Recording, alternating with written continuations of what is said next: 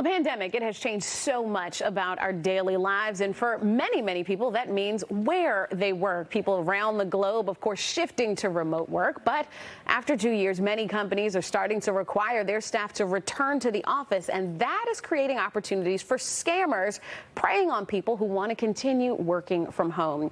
Joining us now to talk more about those scams is Kristen Johnson with the Better Business Bureau. Kristen, it is great to see you. Tell us about what you've seen over the last 2 years with these work from home scams. Great to see you as well, Leslie. Well, the pandemic definitely made for a turbulent job market, and employment scams, of course, were on the rise. For every victim that lost money, there was another who worked without pay, and still another that lost personal information, putting it in the hands of a scammer, unfortunately. What's the most common work from home scam that you guys have seen? Shipping scams, no doubt. They account for 65% of the employment scams that we see reported to BBB Scam Tracker.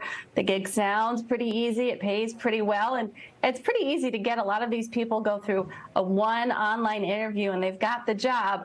But unfortunately, oftentimes they're actually being hired as unwitting accomplices to other types of fraud. Can you explain exactly what a reshipping scam is?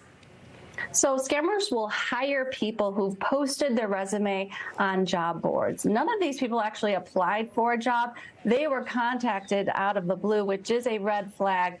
Offered to be paid about $2,600 a month. All they had to do is receive boxes, open them up, take pictures of what was inside the first box, but not the second box, also a red flag, and then go on to their online dashboard and report each package that they sent. And every time they would report another package sent, their paycheck would go up. So they'd see, oh, I'm going to make all of this money at the end of the month.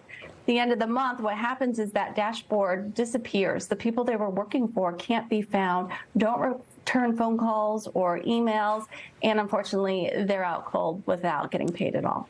And talking about those folks disappearing, earlier this year, the BBB put out an alert about a company called Ship Adventure Post that pretended to set up shop here in Connecticut, in New Britain, tricking people who were looking for work. But now it appears that same company somehow once again pretended to be located elsewhere in our state. Explain how they were able to do that once again.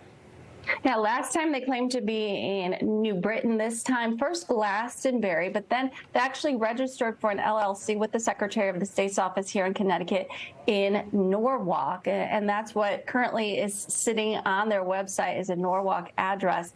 But our investigator actually spoke with the realtor there, who told her that that property hasn't been occupied in years and it is in disrepair. So we know they're not really located there, not to mention the fact that people who work for them, unfortunately, at the end of the month, found out that they weren't going to get paid.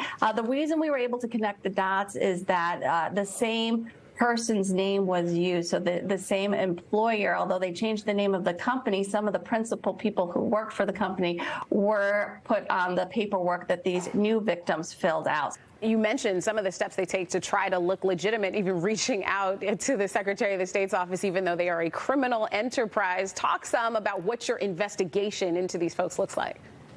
So BBB actually did a very large investigation with federal agencies that found that a lot of times these are Russian street gangs.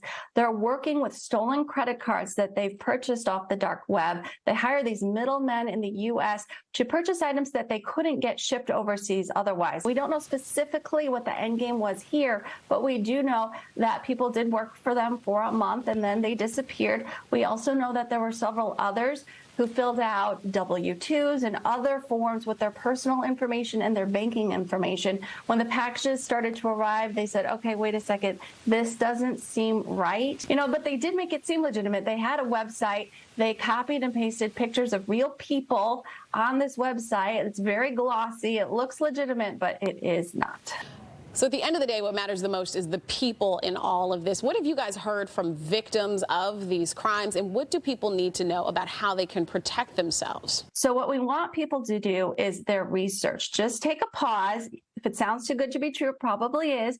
Go to bbb.org/scam tracker, see if other people have been scammed by this company, or just Google the name of the individuals involved or the company with the word scam. And know that the United States Postal Inspection Service says there are no legitimate jobs shipping and receiving packages. So if you're offered a job like this, it is a big red flag. All right, there is so much to look out for these days. Kristen Johnson from BBB, thanks so much for trying to keep us safe.